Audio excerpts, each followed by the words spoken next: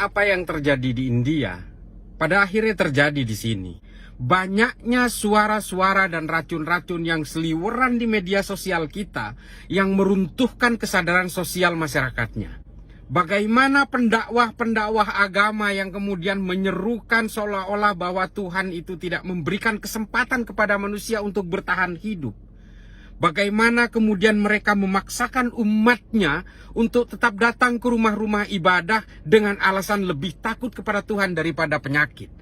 Ini kan hal-hal seperti ini kemudian yang merusak di India.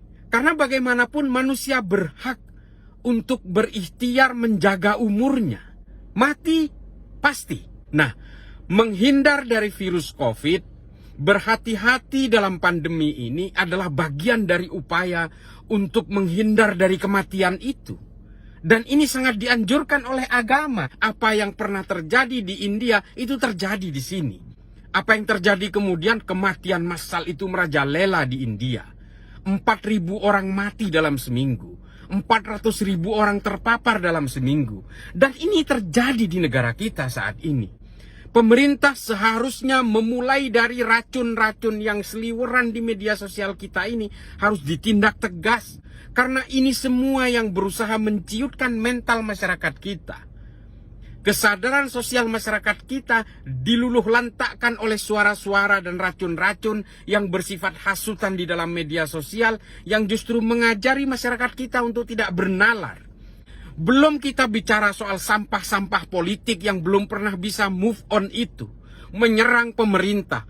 Dan kemudian di lain pihak dia berusaha untuk menurunkan kesadaran masyarakat supaya negara ini hancur, lalu kemudian demi kepentingan politik mereka kemudian akan berusaha mendegradasi pemerintah. Pemerintah di sini harus tegas, harus menindak mereka.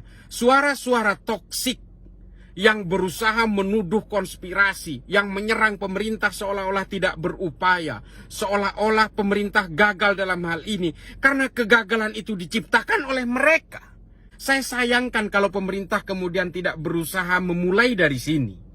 Racun-racun yang seliweran, hasutan-hasutan di media sosial, di media apapun, seharusnya ditindak. Karena ini akan menciptakan suatu dampak negatif yang sangat masif di masyarakat kita. Mereka kelompoknya kecil tapi berisiknya luar biasa. Mereka menghasut tapi kemudian mengorbankan orang yang jauh lebih banyak. Saudara-saudara saya di Madura, itu semua termakan oleh hasutan-hasutan mereka sehingga mereka tidak mau divaksin, tidak mau prokes. Pada akhirnya apa? Kematian terjadi di sana-sini, dalam tempo seminggu 9 orang meninggal. Kita takut kepada Tuhan, kita mendekat kepada Tuhan. Kita takut kepada penyakit, kita menjauh dari penyakit.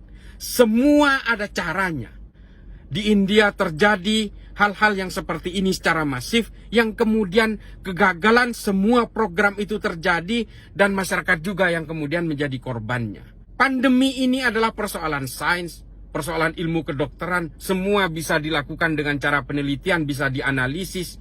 Jika Anda ingin berbicara penyakit, bertanyalah kepada ahlinya. Setiap hari di media sosial isinya adalah hasutan, di lain sisi adalah berita tentang kematian. Ini kan sangat kontradiktif.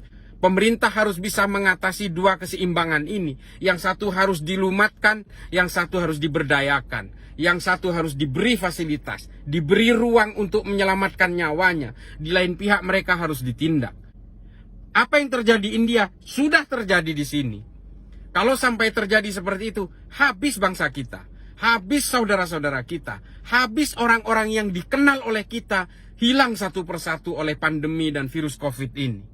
Ini kan sebenarnya kejadian yang tidak boleh didiamkan. Marilah kita beragama, marilah kita menjunjung tinggi kemanusiaan, menjunjung tinggi perdamaian, marilah kita hidup bernegara dengan akal sehat, dengan nalar.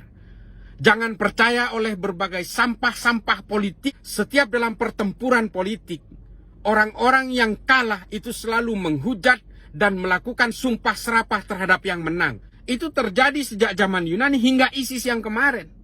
Oleh karena itu, sadarilah bahwa dalam keadaan pandemi ini kita semua bersatu. Tidak ada lagi orientasi politik, tidak ada lagi perbedaan-perbedaan. Kita semua sama. Karena semua manusia diberi ruang oleh Tuhan untuk menyelamatkan nyawanya masing-masing.